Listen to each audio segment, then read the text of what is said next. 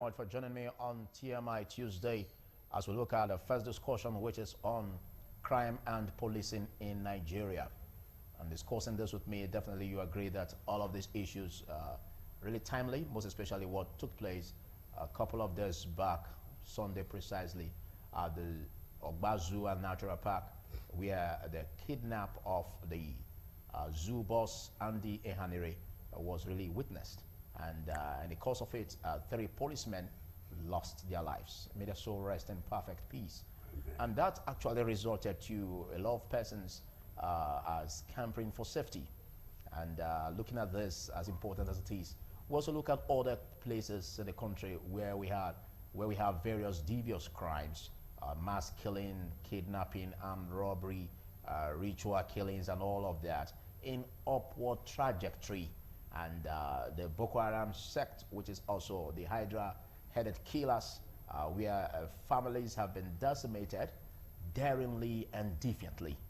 Discussing this very vital topic with me, starting from my extreme left, I have SP Saturday Osazua Okao, retired, a security expert. Many thanks for coming, sir. And also I have a constitutional lawyer and notary public of Nigeria, who will also be adding his voice in this. He's no one else but Adams Aliu. Many thanks for coming, sir. Thank you very much. You are. And I have the PRO to Edo Civil Society Organizations, Comrade Osaze Edigin. Thank you for coming. Good morning, and viewers at home. Good morning too. All right, very quickly, my first question goes to the SP retired. Looking at what we have before us and the advent of what transpired at the Natural Park, Ogbazu, a couple of days back, would we say or agree that the security agents, the Nigerian Police Force, for instance, is being overwhelmed by recent challenges? Thank you very much. First and foremost, I want to agree, and I know you agree with me too, that it is God that secures the entire universe. Yeah. The scripture has told us that unless God watch over the city, whoever watch very vain. But that does not really mean that we, as individual child with the responsibilities, to secure lives, we should be, very callous, carefree, not committed to our responsibilities. And like you said, I served and retired. The joy of a man who has served the armed forces is to retire honorably, alive back home. Over time, I've asked to tell most of our boys on the way that when you are posted, usually we call it patrol form 3. Yeah. If you are posted, they either in a place to discuss issues that are not of value to that purpose why you have been posted should be, discouraged. Like we used to say, if you know so well, I'm an instructor, I have course to train the policemen. And not just training the parade ground, but that was do with self-defense. Yeah. I coined the definition that if you don't secure yourself, you can't secure others. And I broke it into two phases, that is consciousness and action. The consciousness is a prelude to the action. If you are conscious that, look, I could just get attacked, you be mindful how you get yourself, in a place that been posted. Well, even when I wasn't there, I quite believe they were still together. If they were scattered, they would have given the cover to each other. Okay. Then even the criminal or maybe those who get to attack, they will be skeptical that if I take on one, I don't know how the other will respond to it. So, like I keep saying, if you are a battalion and you are seated in a place and an armed man with a good rifle can dislodge you with all your rifles and dispose of them all because there was no cover at that particular time. Be that as it may, it's unfortunate that they've lost their lives. And that also we go to the police authority themselves. The purpose of retraining cannot be emphasized. Like we used to say to our instructor who said, practice does not make perfect. Supervised practice makes perfect. It is when you say, do this every time, then it becomes permanent. And therefore, practice makes permanent. When you keep telling them, my friend, if you are in a place, don't sit together. If you sit together, you are going to kill yourself. Tell them know why they shouldn't stay together. You know, over time it becomes part of them. For these little ones, they just come out from the police colleges. Before you know it, they're already wearing the khaki uniform. They are posted to companies here and there without that grip. You know, our time, after the normal basic police college, you are sent on what they call orientation course over time. It's all encompassing. It has to do with physical training, weaponry, and just name it. That will build you up. Let me stop for now. Okay, well, but I will also ask you this question. Yes. Looking at all of this you just said, you seem to suggest that there were loopholes in respect of the policemen that were posted to that area. But let's also look at the coordination and cohesive training from the police force. Looking at that, can we say that there has been this collaboration from the Nigerian police force in ensuring that training is done at regular basis? I just said that. You see, training has no time limit. You train and retrain and retrain. Okay. I'm not trying to blow my trumpet here. I think if you go to the staff college, police staff college, that is a higher police training station. I think I've attended courses there more than 4 or 5 times. What I started from Ohio here as an instructor. It will interest to know that as I'm sitting right here, I'm the technical director of judo in the state. And I'm still into training despite my age. You know, what you don't know, you cannot give.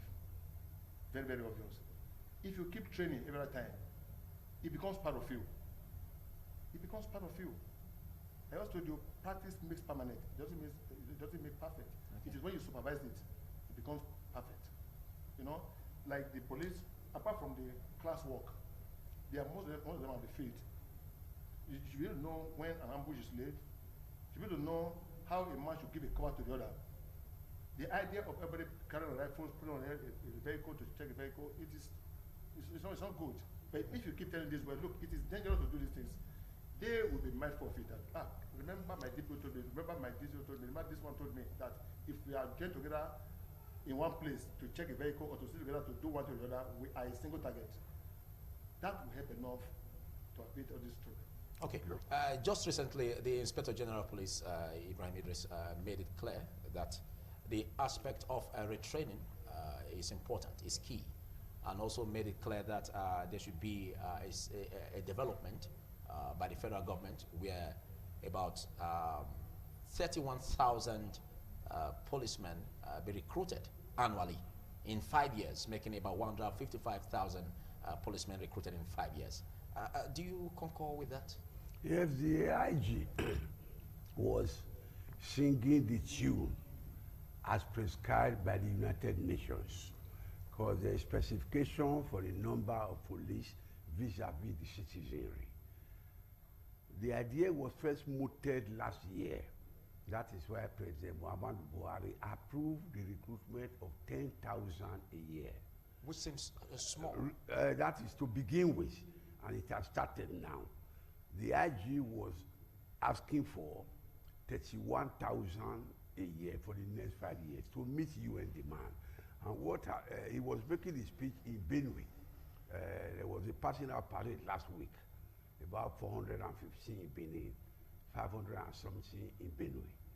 These were general duty officers, they passed out, and I know the president will hack into it because the police is the nearest security force to the civilians, and civil matters, criminal matters, social matters are all predicated on the police. So that request will be granted, we hope so, and the 10,000 annual recruitment that has started. And when people try to talk of restructuring, so people will be looking at domesticating the police, every state to have its own police. I will not support that because I know so few governors, southwest or east, that are temperamental and sentimental. By the time you allow every state to have a police, it will use, abuse, and misuse that police to the detriment of other political parties. It is Nigerian police force. It belongs to Nigeria. It should remain in the exclusive list. Okay. So we'll definitely get there. But let's still look at the number of policemen required in a place. As the Ogba Zoo and Natural Park, as big as it is, where a lot of persons come for recreational activities, aren't just 3 policemen too small? Well, they go there on rotation. Maybe when 3 do 8 hours, the other ones will come in. And as the emeritus police officer has said, they did not act strategic wise. They congregated in one place. So one single armed robber, kidnapper would rifle, finish all of them. But if they were scattered, there would have been a battle. So those are the logistics which the policemen will look after. And you will know now that there was an insider for them to study is that the chief executive will be seated in the office. The 3 policemen always congregate together, and insider must have been involved. We hope they are investigating and they will prevent regular occurrence. Policemen guarding banks have been killed. Those on patrol have been killed. It's really unfortunate too. Those are the hazards of the profession. Thank you. You have been always like a watchdog to the society, Nigerian society in general, and in particular Edo State, as the PRO to Edo civil society organizations. Now, let's look at the activities of the police force. What do you see as a very militating factor against the operation successfully of the police force? Well, thank you very much, Philip. There are a lot of issues bedeviling the operations of the Nigeria Police Force. Over time, we've interacted and we have engaged them. Just a few days ago, I was stopped by a team. I happen to know the man leading the team. So we were discussing. He said their own vehicle was fixed using their own money. That's to say to what extent the decay of the Nigeria police institution has run down to. The Nigeria police institution is a very sick one. I've gone to take somebody on bail in a police divisional headquarters where bail bond was procured from a nearby kiosk at the rate of 20 naira. I can attest to that. As a matter of fact, I wanted to take it up. The officer was pleading with me because it may put his job on the line. That to what extent that institution has decayed. And our government is to be held responsible. They don't pay attention to the welfare of these police officers who put their lives on the line for you and I to have peace. That's just the basic truth. In 2016, 17 billion naira was budgeted to carry out operations of the Nigeria Police Force. Only 6 billion naira was released. Tell me, how can that address the issues we are talking about today? Meanwhile, the House of Reps, the National, the Senate, our state governors, their salaries, their budgets, they receive all the monies that they are budgeted for. But the Nigeria Police Force has been neglected over the years. That also has led to so much corruption that is taking place in that institution today. Recently, the IGP launched the Police Trust Fund by way of trying to raise money to sustain the police institution. These are issues that have been there for over how many years now? Nobody is talking about those things. Now, the Ogbas we are talking about, as the state government procured CCTV cameras across sensitive areas like Ogbazu, where people meet every Sundays or every time to relax, have the state government done anything in that regard? How much does the state government collect as security vote? What are they doing with these security votes? So security is a collective effort.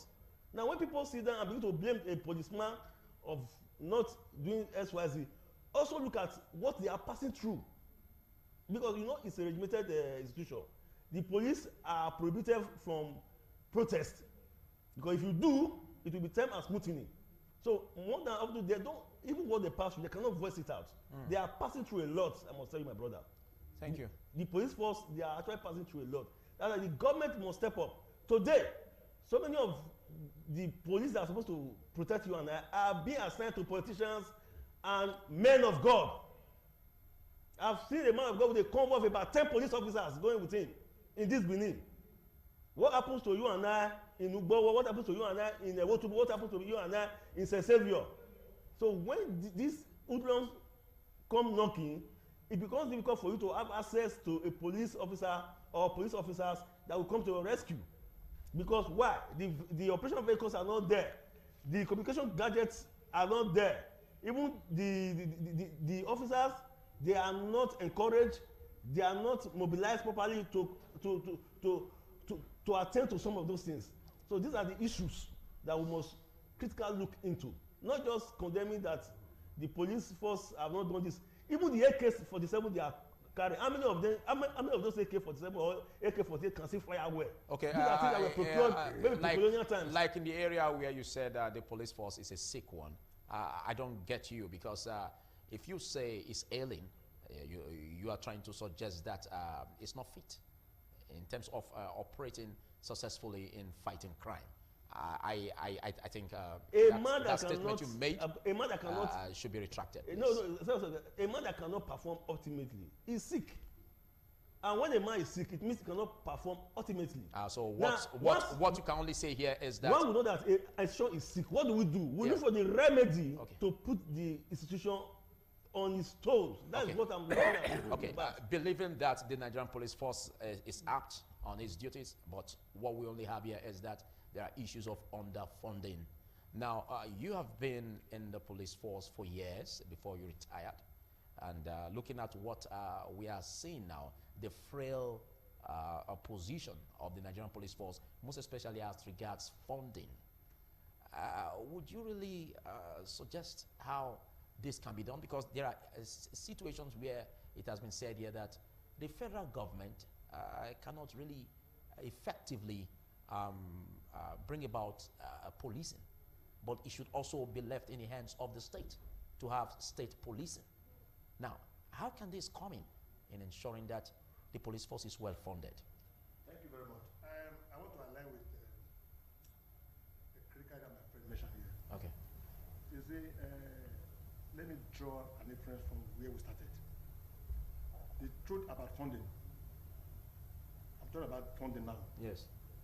The Nigerian police problem is so much that if Nigerian government actually want to put all the hard or they're having to sustain it, to be difficult. But that notwithstanding, let me look. I mentioned Mobile 5 there. It was coined then. Mobile police don't take bribe. Those days. Why? Why in the barracks? We are in the barracks. We have about 55 personnel in the unit. Then we have about 4 units. We have the commander, we have the 2IC, we have the unit commanders. We are subjected to regular training. Okay. You do your training, you are confined to the barracks. They want to call it rapid deployment. An alarm is sound. Then all of us run out, we are checked. I know the federal government pays us money. Are you hearing me now? We are being paid money. Then there's nothing that was attractive to you out there. If you are coming out from the barracks, you are coming out with zest. You want to perform, you want to give a report, you want to give results. You know what I'm saying now? That of funding is a story altogether. Okay. You cannot fund the police enough. I happen to be a DPO somewhere. I started being a DPO at a very tender rank. In fact, a first station, I was the first DPO in that station, in Aba. In Aba? Yes. I was just supposed to go and become a DPO of his division. I went there. I started well. It was a hub of criminality. But I knew that if I let it be without putting my own personal input, I'm going to lose a lot of things there. I organized an input training. And to encourage my personnel then, I was giving out something to let me look my friend, my kind of training, then buy the mineral, all those things, just to motivate them. Okay? So the funding, the word funding there, it is an issue that cannot be overemphasized. Okay, those days you made mention of the fact that those days there was no, they don't take bribe. They don't. Now, are you suggesting that these days the reason they take bribe? Well, this was a bit now because you know what I'm talking about. You and I know that there's nowhere. Look, let us not hide from the obvious. Okay. Okay. I am not saying every policeman is corrupt. I've had called in the sister station. I've had called to when they put a comment. Then when we talk about corruption in the police force, I said Nigeria police is an entity. There are those who are never able to bribe. And like me, I never walked on the road one day. Okay? Never walked on the road one day. If you say Nigeria police force is corrupt, you are saying you are condemning the entity. If you say some policemen are corrupt, nobody argues it. Just as you have it in every sphere of human endeavor. Okay, we've always been on this drive to discourage at checkpoints. We just heard that the IG has already banned that. Yeah. But let's take a retrospect on how it has been. We've always been on this drive to discourage bribery, mostly at checkpoints, Yes. where transporters are being made to pay some money before they can get a pass. Now, in your time, how are you avoiding this to ensure that your policemen were being checked? I just told you, I served last in Agbo here. Agbo, I'm sure you have the coverage of Agbo. Okay. I'm on air. If you doubt it, they tell you. When I was posted to our division, I studied the ground. I like coining an action that will guide me. Action depends on situation. So when I got to Agbo, it was this crime here and there, crime here and there. I started sampling opinion. Why is this like this? So policemen there, they arrest Okada, they ask for driver's license, all sorts. I said, well, I have a station. For the fact I'm a DPO here, if you bring an Okada here, because of no driver's license, take that driver to Okada to your house, not this station. Okay? I made it that, to that effect that the Okada people even came to say, Okada, you do well. I also cautioned them, make sure your Okada or whatever machines are registered duly. Then also, if you know the importance of a driver license, you wouldn't even joke with it. If you jam, you kill, and somebody dies without a driver license, you could be charged for murder. You go get it, and have something there. Okay, that's what I was serving. I told you when we were at PMF, if you have been encouraged, your allowances have been paid. There is nothing you get out there that will interest you. Yes. That is obvious. There's nothing you get out there that will interest you. Well, look at allowance are not being paid. Those days, I worked. I was the first year I did to Alagmo. It was a third DIG partner took me there after one major criminal activity. Then, but we had a breakthrough. Then I was sent there. You be paid your clothing allowances. If you are traveling, you are given air repeat. You are given all the incentives that will make you work out well. In Alagmo, it's like a class of itself. You are being paid allowances. You go there, sign. Tell me how you are going to impress me with your token. Okay. I won't mortgage my conscience to spoil the good name I've built over time. But the fact that this is not forthcoming, and once I don't be paid, boys are being owed, even though I do not encourage them. Some who are not bothered, those who don't have a name, they can do anything, even if their name is very rubbish. Let me tell you one thing. When my cousin was arrested for an issue, I personally went with him to a station. Not the mission station now. I got there, the policeman said, "Oh God, are you?" I said, "Yes." While I was visiting, the policeman said, "My friend, let record the statement, grant bail, I will bring him in front of the charge." My brother was telling me, my uncle was telling me, my cousin was telling me, Daddy, I think Daddy, you just let be. I don't want to come back here again. That alone encourages corruption. Exactly. Why I stood by you as a retired superior police, that my cousin, I was telling you, let it be. Let them record the statement. Yeah. If you want charge to court, let them charge to court. At most, you go to court and get your bail. He said, "No, I don't want my son to be detained here." That alone encourages corruption. Society is society is just the fact that they garnish corruption. Okay. Thank you. In case you're joining us this morning on ITV, and I've been having a chat with the SP Saturday Okausa, who are retired, and also with the Northern Republic of Nigeria and constitutional lawyer Adam Saliu, and of course the PRO to Edo Civil Society Organization. You can follow us on www.itvradioNigeria.com as a website, and definitely on Facebook at www.facebook.com/ITVRadioNG. Also on Twitter handle at ITVRadioNG. Social media platforms are live right now, and it's important you can send your comments on all of this. Still discussing this, you are a notary public, you are a constitutional lawyer, and let's look at this logically. The aspect of the recent ban on checkpoints nationwide. What's your reaction about it? It has been optional. The President IG has banned checkpoints. And when you look at it, the Nigerian police force is a constitutional setting. Okay. Well recognized in the Constitution. If you look at the 3rd schedule, Part A, Article L, Section 27, talks of the Nigerian Police Council, where you have the president, all state governors, chairman of Police Service Commission, and the IG. They are members of the Nigerian Police Council. It's the highest body. While Section 28 now talks of the modalities, administration of what the police council should do.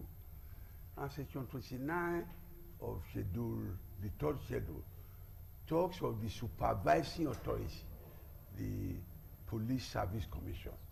Nowadays, it's always headed by retired DIG or even an IG. They can promote anybody except the IG. Point. They can even dismiss except the IG. So provisions are already there in the Constitution that it takes them to look at. It is the implementation down the line that has been faulty, because when there are many people, there are bound to be few individuals giving them a bad name. Now people cannot drive with their eyes closed, no issues and checkpoints. But the stop and search is very laudable. They are not permanent in one place. They just hold you, your documents. Once you are free, you go. As the penultimate speaker observed, some people think giving bribe is a modus vivendi, is a way of life that they must give. Whereas a clear conscience fears no accusation. If your papers are okay, police asks for them, you give them. You should be free to go, but they want to give something. We too are attributes that contributes to the perennial institution of bribery, which making many people policemen to fight to go to the checkpoints. They know that when you go to the checkpoint in the morning, you come back in the evening as a rich man. Okay, okay. Now, do you see this? Do you see this ban as affecting negatively the fight against crime? Yes, it's affecting it negatively. Nobody will give bribe. The ban of no, the ban is positive. Okay. There's no milieu, no rendezvous now to give bribe. It's only the sporadic on the spot checks that are done, and those ones will not even demand money. Okay, in the course of your practice as the custodian of the law, we do hear that bail is free. Yeah. Have you encountered that really as yes, free? it's written at the police station. When you go there, they write it, the bail is free. The policemen play fast once to ask for money for biro, for paper, to write statements, to drink pure water. Due to inadequate funding, this can also be zeroed on that. They don't really say it is for bail. They say you have come now, we have been here since morning. The sun is high in the sky. We cannot buy paper, we cannot buy biro. And you understand, they talk figuratively. So bail is free in theory, and but not in practice. Okay, as we round up, do you see state policing as correcting all of these ills? There should be no state policing, because, as I said, a governor is the chief executive of a state. And some governors are exuberant, they are temperamental. They can use, abuse, and misuse the police for their political gains. It is a Nigerian police force. It should be unified and belong to the exclusive list like currency, diplomacy, custom. So there should not be regionalization or giving state to police. Once upon a time in the 60s, there were local government police. They were called native authority police.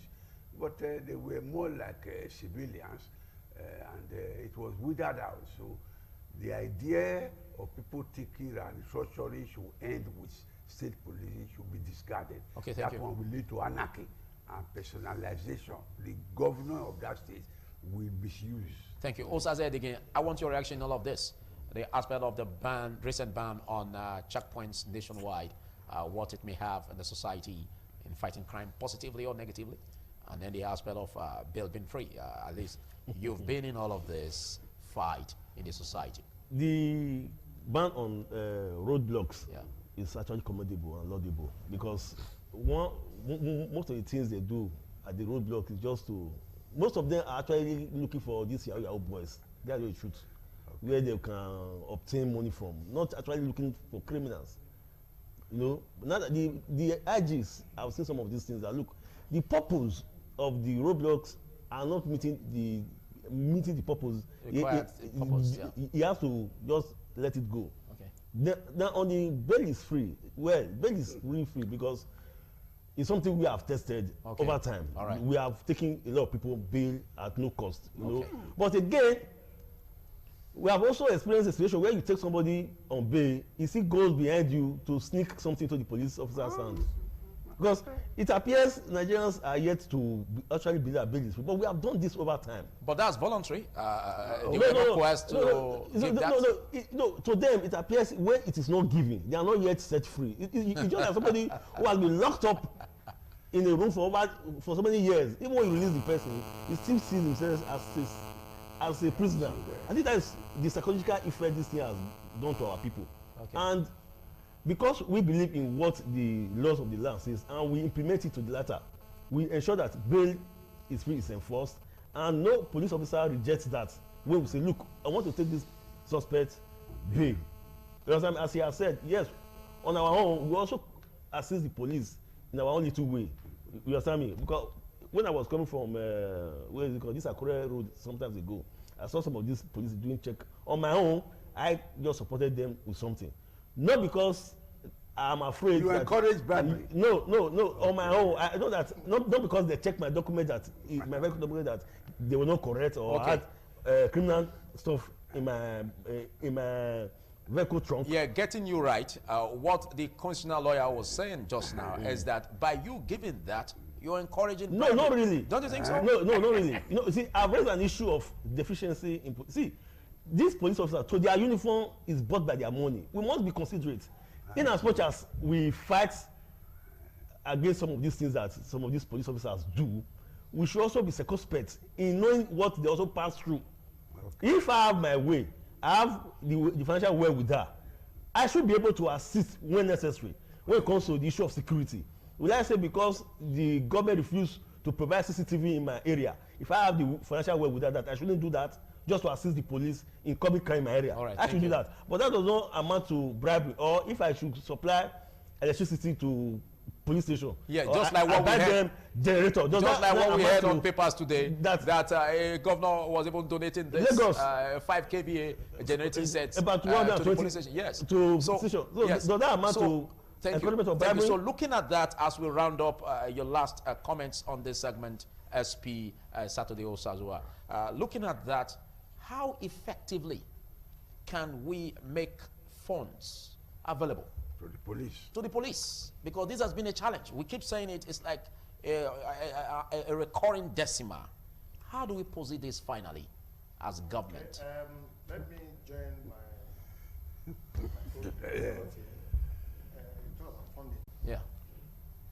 You asked the question that if a man willingly says, police, thank you for doing a good job. Yeah. He said, whether was it supporting bribery and corruption? Institutions have bought vehicles for police.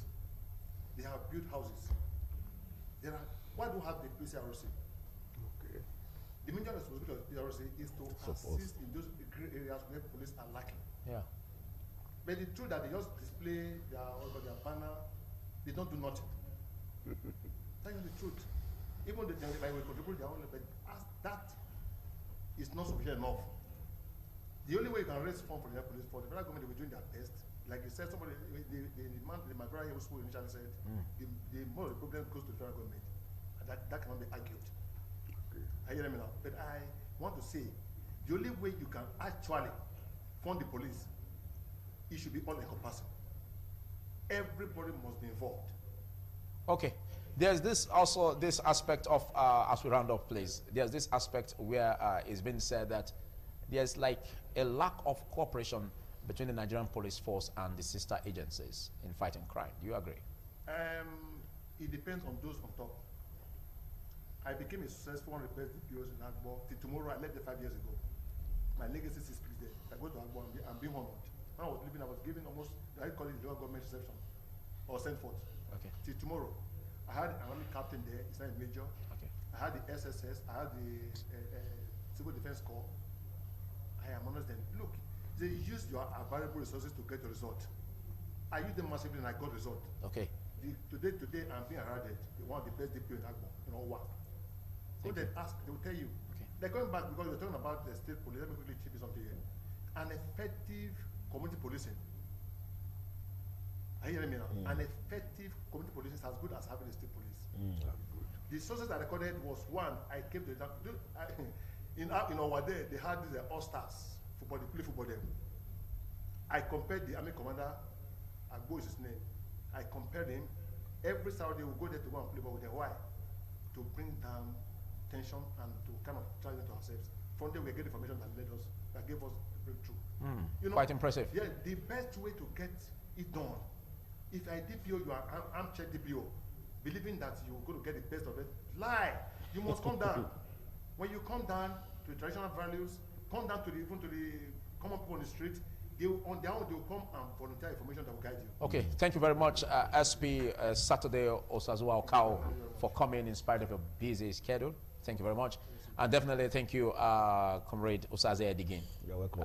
Is it wrong to call you a comrade? Yeah, I am. That's what I am. All right, thank you for coming. And Osaze Edigin is You're the welcome. PRO to Edo Civil Society Organization. And of course, constitutional lawyer and Notary Republic of Nigeria, Adams Aliyu. Many thanks for coming. Thank you very much. Well, this is where we draw the curtain on this segment. But don't forget, the next segment will be a discussion on rescuing the healthcare system in Nigeria. We call it taking a trust, trying to restore the trust on the Nigeria healthcare system.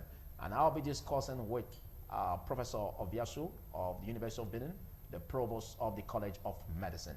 That will be in a few minutes from now. Don't you go away.